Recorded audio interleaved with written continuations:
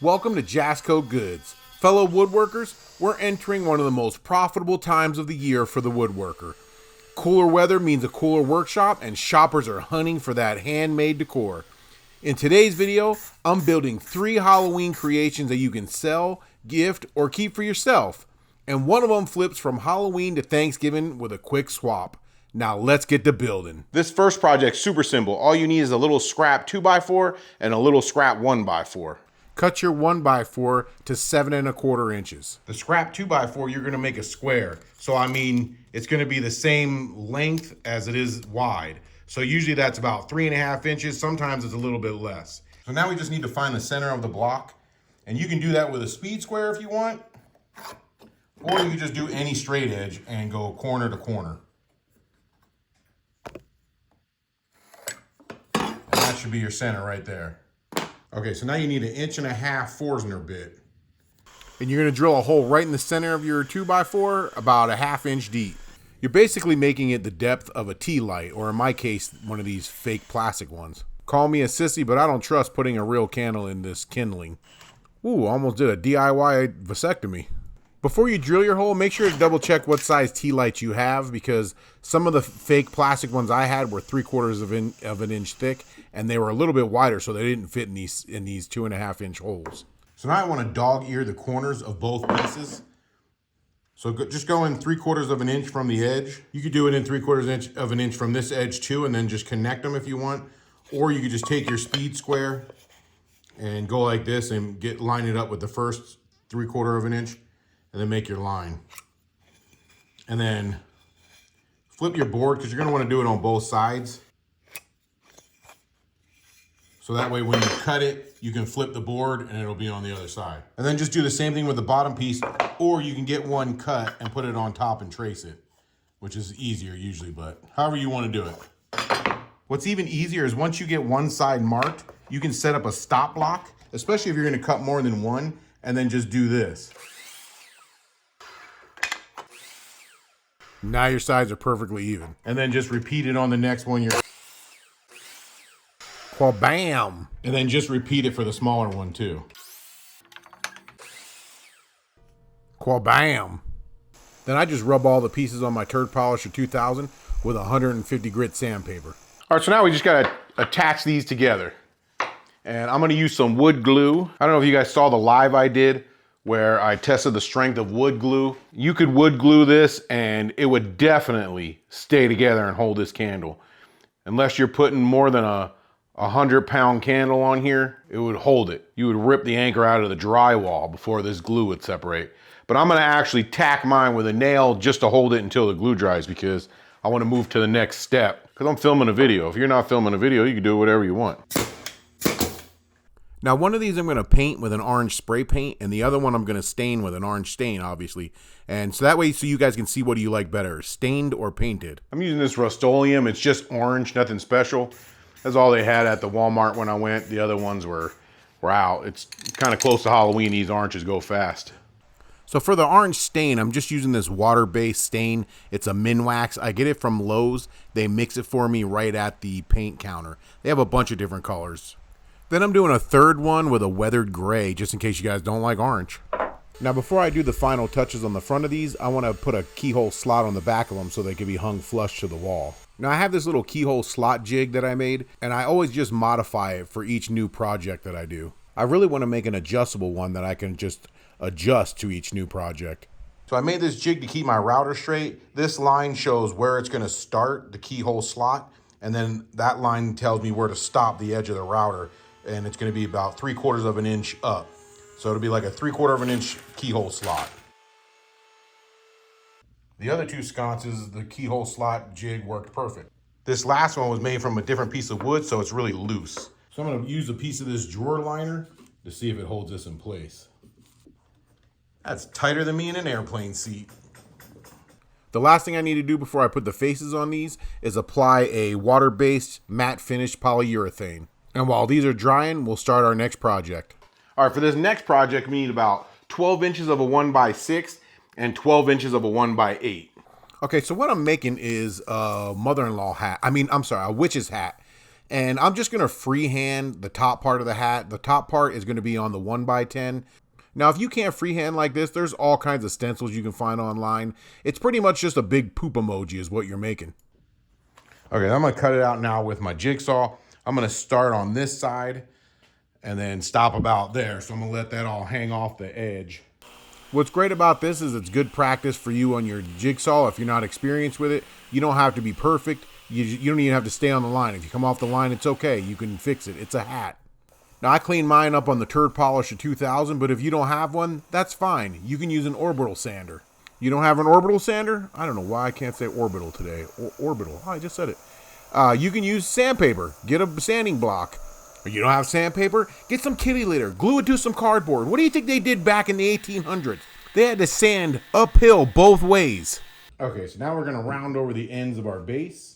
I'm going to use this paint can as a reference because I don't want it to be like an actual circle. I just want to round it over. So the paint can works good because it's wider than the base. Ta-da! Now I'm going to remove most of the material with my jigsaw, and then I'm going to fine tune it on the TP2000. Now I was going to round over all the edges with my router, but I have that one spot up there by the crook of the hat where the router wouldn't get into, so I'm just going to do it with my sanding block. I'm trying to find the center of the base now, and my measurement is like 5 and some odd stuff, and I'm not a professional adder, so let me show you how you do this. Or what is it, a professional mather? I'm going to put this at the 1 mark, and then I'm going to put this at the 6. So now the center is going to be 3. So I'm going to trace it out, make a light line. So now that, before I glue the top on, I'm going to drill a couple of holes so I can find the center on the other side. Then I'm going to flip it. I'm going to put some glue on the bottom of the top. Then I'm going to put a little CA glue on the bottom here, just on the ends. Oh, my bottle's plugged. The wood glue's almost dry. Just in the time it took me to unplug this with a tack, my wood glue dried. So I gotta add a little bit more. Now I'm gonna put a little CA glue. Gosh, it's still plugged. Son of a... I had to scrape off all the dried glue on here. 3rd time's a charm. Move to the desert, it's dry heat. If this CA glue doesn't work this time, I'm turning this to a fitness channel. Okay, now I'm gonna put a little CA glue on the ends. Then I'm just gonna spray a little activator on here and then line up the top of the hat with the lines I made earlier. Then I just gotta hold it in place to give the CA glue a chance to activate. I extended my pilot holes into the top of the hat so it doesn't crack out when I put the screws in. And kwabam! So now I'm going to stain it with this Minwax True Black. Now some of these classic stains like this True Black are hard to use, especially on pine, because it just sucks them right in. But this black really works good, even on pine. Like you see when I first put it on, it looks like I've totally blacked out the hat. But as it dries, you start to see the wood grain appearing through. Okay, so my mother-in-law, my witch's hat is done. And now all you got to do is decorate it however you want. This is pretty much like how it is base form. And then I got this ribbon from Michaels. You could put some ribbon on there. I'm gonna let my wife put it on because I'm not as good at the ribbon tying stuff as she is. But you see, like, there you go. You got some ribbon on there. I got 2 different ones. I got this one that has some black cats on it. If you have a laser cutter, you can laser cut some shapes on there. If not, I got these on clearance at Michaels. Here's a moon you could put on there somewhere. I think that looks pretty cool. There's a couple of them in here. Sometimes I've seen them with like the suns on there. Sometimes they have a sun on there? I don't know. I don't wear witch's hats. Call my mother-in-law. I have to look it up online. So you could do something like that, put some shapes on it. Whatever you want to do to decorate it, man.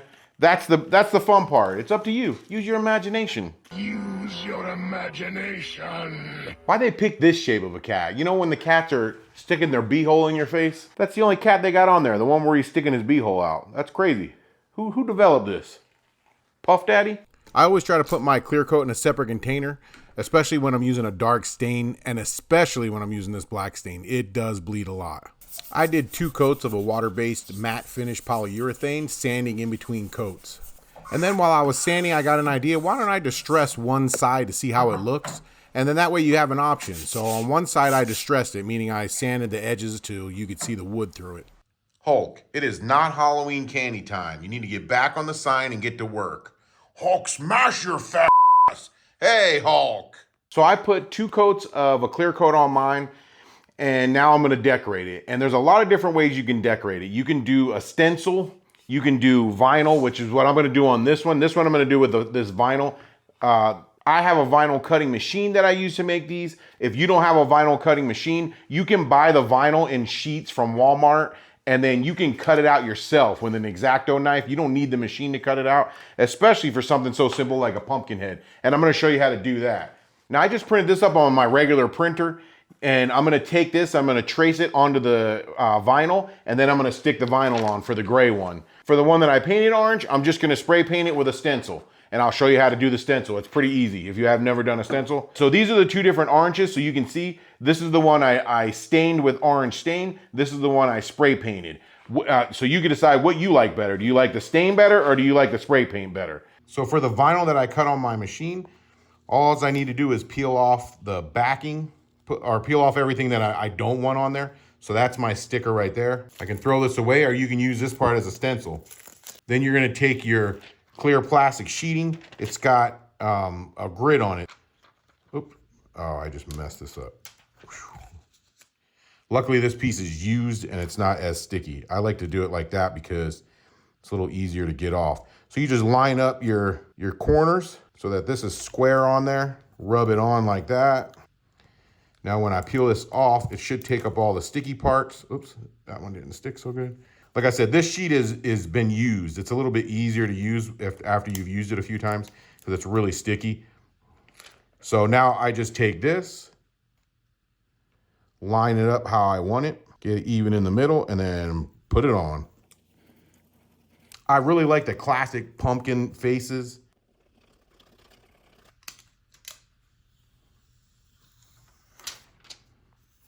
Bam, this one's done. So now I used masking tape, and I taped my printed copy on top of the vinyl and the printed copy. And then now I just got to trace the printed copy. So you can use a ruler for the straight edges, or you can freehand it, whatever style you're going for. If you guys are enjoying this video, I really appreciate it if you give me a thumbs up, click that subscribe button, leave a comment. You can even hit that bell notification. If you're not enjoying it, let me know in the comments what I do wrong. Maybe cut out the inner stuff first, because now that I've cut out the outside, it's wanting to move around on me. So maybe cut out the inner part of the lettering and then the outer part. Okay, no matter how fast I make this, this is like watching paint dry. Let's just skip ahead. Boring. So there you go. There's my first letter cut out. Now I'll just cut the rest out real quick.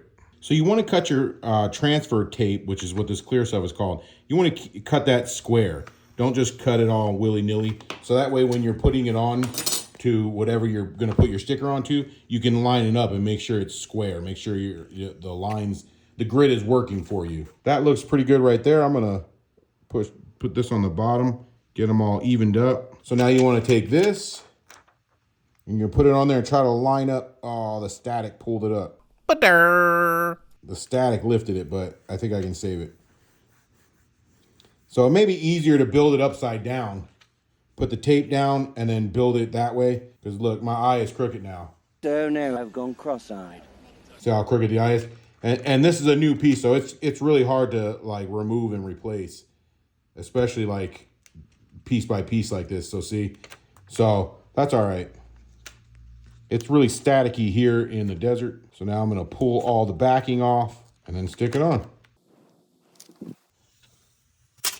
Bam, 2 down. I'm gonna put down some really thick masking tape. If you don't have it this thick, you can always do it in layers. It doesn't have to be all one piece. I don't even know if I can get all this in one piece, so I think I'm gonna have to use 2. I purposely picked this face because it had mostly straight lines, not a lot of curves, and it's much easier to do this on straighter lines. You guys, let me know in the comments if I'm going into too much detail on these things. Just try to be careful when you peel up the masking tape so you don't rip the face. Now, I could have left the masking tape on the wall sconce and then just cut it out on there. You just got to be careful you don't slip and go past your marks or anything like that. I kind of like this way in some ways, but then this part is kind of a pain in the butt. Okay, here's another tip. I should have put some lines or something on the side of the masking tape because trying to find the center now isn't easy. I should have figured out a way to find center better than I did. And then once I got the face on, I just went ahead and masked the rest of the sconce so I didn't get spray paint overspray on it. And then make sure to check all around your holes that you don't have any gaps. I'm using this flat black for the face to see if it gives it a cool effect. And then just let it dry for as long as your can tells you to. Well, I mean, I'm talking about the directions on the back of your can. If your cans are talking to you, you might want to go see somebody for that. And then see, using the matte black on top of the glossy paint kind of makes the holes look more realistic. Well, bam. What do you guys think? Which one do you guys like the best? I don't know if I like the gray one. I wish I would have made the RIP smaller. But the other two I really like. I like the classic pumpkin faces. This one you can see I got the face a little bit crooked. I should have marked out where the masking was going to go. I didn't have a good system set up. I was trying to rush. This one came out pretty good as far as centered and everything. Let me know in the comments which one you guys like the best.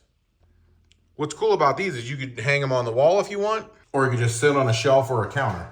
For our next build, you need a 1x8, which is actually closer to 7 inches. You can tell men make up these numbers. Now take your 1x8 and cut yourself 4 10-inch pieces. So we're basically building a box like this, but it's going to have a little something extra special on the front of it. This is the back of the box. This is the front of the box. These are the sides. We need to cut a bottom for the box. The bottom's going to go inside of it. So you want to measure the inside dimension, which is 10 inches this way. But this way, we're going to come all the way to this edge. So you're going to go underneath of this board. So this way, you're going to need 9 1/4. So it's going to be 10 by 9 1/4. And then because it's going to go under this board's going to need to be cut down 3/4 of an inch so it can slide underneath of it. Now I'm cutting my bottom panel out of a 1x12. If you don't have anything that big, and 1x12s are kind of expensive, I got this one on clearance. See, that's why it's got purple paint on it. You can use a sheet of plywood or a piece of plywood. All your edges except for the front are going to be concealed by the sides and the back panel. So you would just need to put like a piece of wood or some edge banding on the front. Okay, so now this is the front of my box. And in the 2 side panels and the bottom panel, I'm going to cut a groove into the front 1/4 of an inch back from the front. I might have put this tape too close. But I'm going to mark it so I know which ones to cut before I get to the table saw. So you're going to want one on this side, one on this side, and one on this side. 1/4 of an inch back. Now before I assemble my box, I'm going to use my orbital sander and sand all the pieces down with 150 grit sandpaper. And then I assembled the whole box with glue and brad nails. Now this inside board I set back 1 inch from the front. The only board I used screws on was this inside panel, and that's just because the bottom was so bowed, I wanted the screws to kind of hold it in place. So now I just got to make the front face panel, and there's a lot of different ways you can do this. Now I'm using this 4mm plywood that you get for like laser cutters and stuff like that, but you can use any plywood you want. I'm picking this because it's super thin, it's really easy to cut through. Now, it's not ideal by any means, but if you wanted to, if you had to, you can use a razor blade to cut through this wood. It just takes a lot of patience and a lot of passes, and then you got to clean it up a little bit. Now, another option for cutting into this plywood is a router. Unfortunately for me, the only footage I have is me getting ready to cut out the face, and then me shutting off the router. Ba-dur! Now, I just used a cheap straight bit for this, and I had to do a lot of cleanup afterwards. There are much better router bits that'll do a cleaner job than this. Then the next tool I used was a multi-tool. Now this one was probably the least versatile. It was much easier than using a razor blade, but you can only do straight lines. Last but not least is the jigsaw. Now this works exceptionally well, but the problem is it takes a little longer because you got to drill holes first. When I was all done, I cleaned up all my cuts with a little finger sander, and it actually came out pretty good. I think it looks like a pumpkin that you might have carved and put on your porch. Okay, before I finish this up, I'm going to do a little test fit to make sure the panel fits good. I really think you guys are going to be impressed with this one. I hope it turns out as good as I'm envisioning in my head. Okay, so now I need one more piece to complete this, and it's going to go from the back of this panel, or actually the back of that groove, to the back of this dividing board. And that looks to be about a fat 1 1/4 inches. So this last piece I cut out of 3/4 inch material, and it's 10 inches by 1 1/4 inches. This is one of them projects where I'm really anxious to see the final results and see if my ideas are going to work, you know, because they don't always work.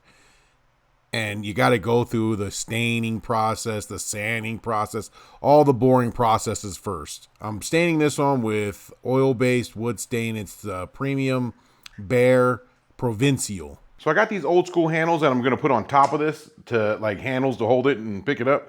They're just like cabinet handles. They're a little different and old fashioned because they got the screw holes from the top, so I can screw it from the top. Otherwise, if you use one of these new style handles that the screws go in from the bottom, you're gonna have to put it on the side. And I couldn't decide, maybe you guys can let me know in the comments whether to attach handles on the side of the box or if the handle should go on top of the box, you know, to carry it with. Let me know what you guys think would have been better. I'm gonna go with the top just because I could put the screw in deeper. I don't have to use more shallow screws, and I just think it looks cleaner on top like that. Let me know what you guys think in the comments. So I already figured out where my center is going to be for these. Depending on what handles you use, it's going to be different. So I'm going to give you measurements for this. You may even decide to go in through the side. I'm just going to mark the centers. Then I pre-drilled them so they wouldn't split and added the screws. So I want to put some lights in the front of it, and originally I was going to use these. Now these lights are great because there's no cord. You just turn it on and then push the cover over it. The problem is you could see exactly where the light's at, and that's not what I was looking for. This might have use in some application you guys can think of, but not for what I was trying to do. So I decided to go for these string lights. Now I have two different kinds here. This one isn't as long. I mean, it should be long enough, I'm thinking, but what I like about it is the controller is really easy to hide. I can fit that in here. Otherwise, I'm gonna use this longer strand, but look how big the box is. I would have to hide this on the back of it, drill a hole through, and then hide it somewhere on the back. So I'm gonna try these smaller lights first, and if they're bright enough, then that's what I'm gonna go with. But if they're not, I'll have to switch them back out. To hold the lights in, I'm just gonna use these little 3/4 inch nails. They're 18 gauge. I don't think it really matters. And I don't really even think the length matters that much, as long as it doesn't stick out past where you slide the front on. Now I'm just gonna take the lights and I'm gonna start in this bottom corner and just start wrapping it around these nails.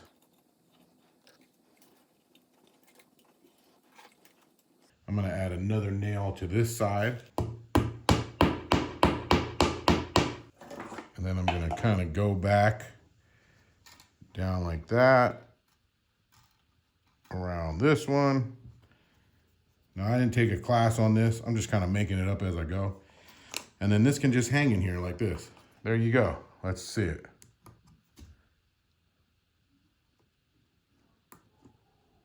Now let's make sure it's bright enough. So I got this stuff, it's called vellum paper. I got it from Michael's, but I think you can get it anywhere. This was like $6 and it was 40 sheets in here.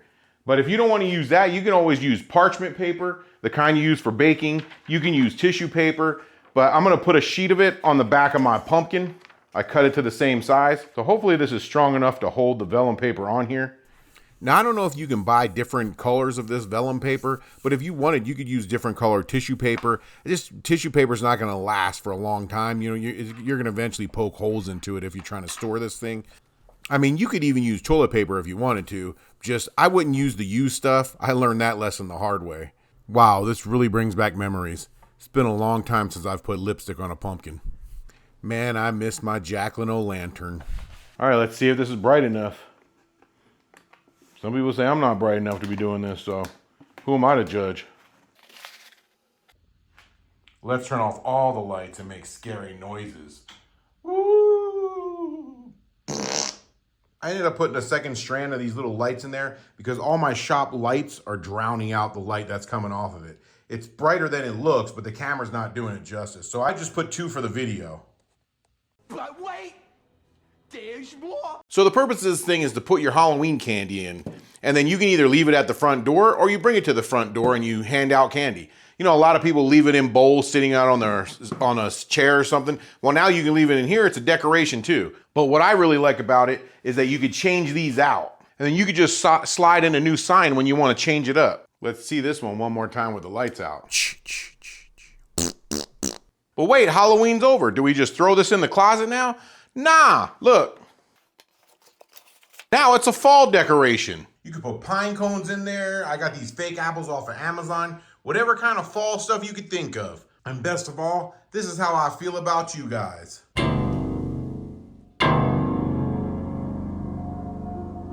Don't leave. Click the link to see one of the other videos if you dare. I am the ghost of woodworking past. I am an English ghost. Well, because a person of my skin tone, that's the only accent I'm allowed to do.